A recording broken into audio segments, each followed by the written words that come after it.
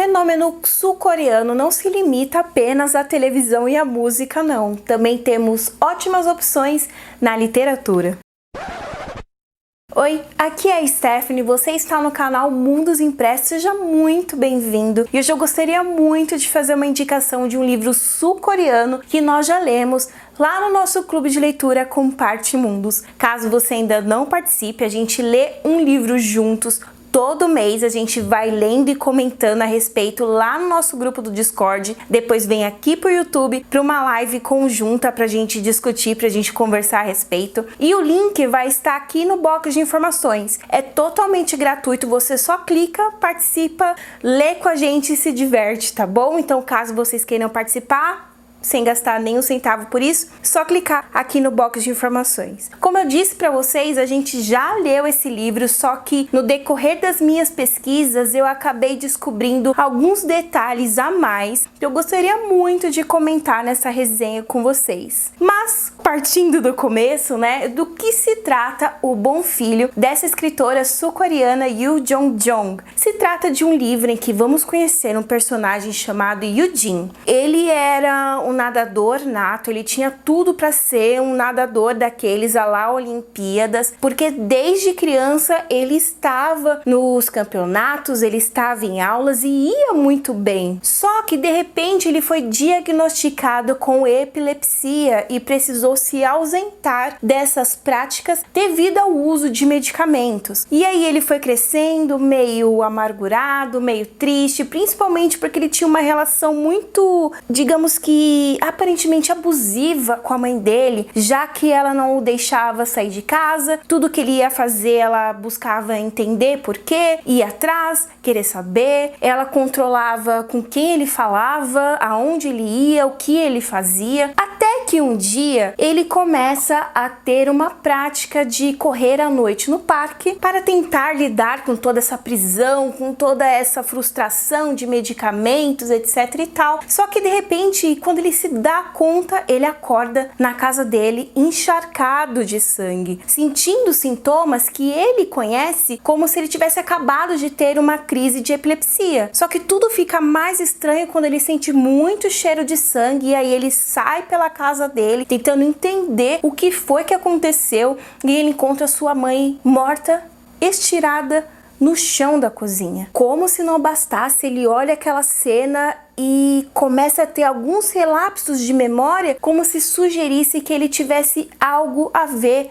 com a morte repentina de sua mãe, só que ele não consegue se lembrar. E essa é só a sinopse. Tanto que caso você já esteja gostando dessa resenha, desse vídeo, eu vou pedir para você não se esquecer, por favorzinho, de clicar aqui embaixo no gostei. Já vai clicando, é rapidinho, não custa nada. E caso você seja novo por aqui, também se inscreve no canal para acompanhar mais vídeos como esse, tá bom? Agora, voltando pro caso do Yoo-jin, imagina o desespero. Ele acorda todo ensanguentado, se depara com a mãe dele morta, estirada na porta da cozinha e alguma coisa diz para ele que ele tem algo a ver com aquilo.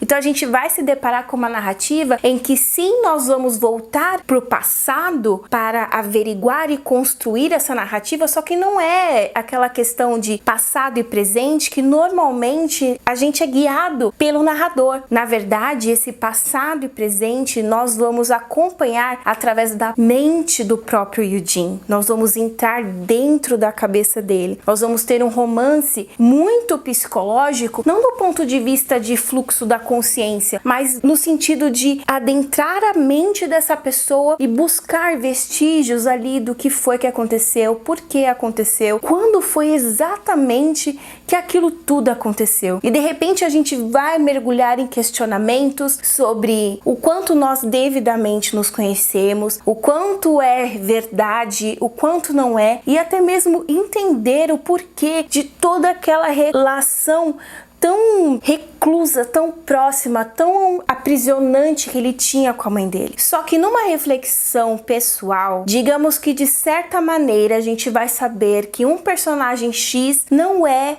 exatamente o que a gente pensa que ele é. E isso faz com que a gente reflita sobre a periculosidade de um diagnóstico mal dado e o quanto isso pode mudar a vida não só dessa pessoa para sempre, mas como de terceiros. Tanto é que o que eu queria principalmente comentar com vocês, e essa é uma descoberta recente acerca das leituras que eu fiz sobre a história, é que a autora do livro, a Yoo Jong-jong, é uma enfermeira. Então, teoricamente, ela deveria ter um pouco mais de conhecimento acerca, principalmente, da ética no trabalho, quando você lida com essas questões de saúde, porque nunca jamais, e isso mesmo que eu não seja da área, a gente sabe, provavelmente você também sabe, a gente não pode tratar os nossos parentes, a gente não pode diagnosticar os nossos parentes, a gente não pode medicar os nossos parentes, e isso acontece muito nessa narrativa, e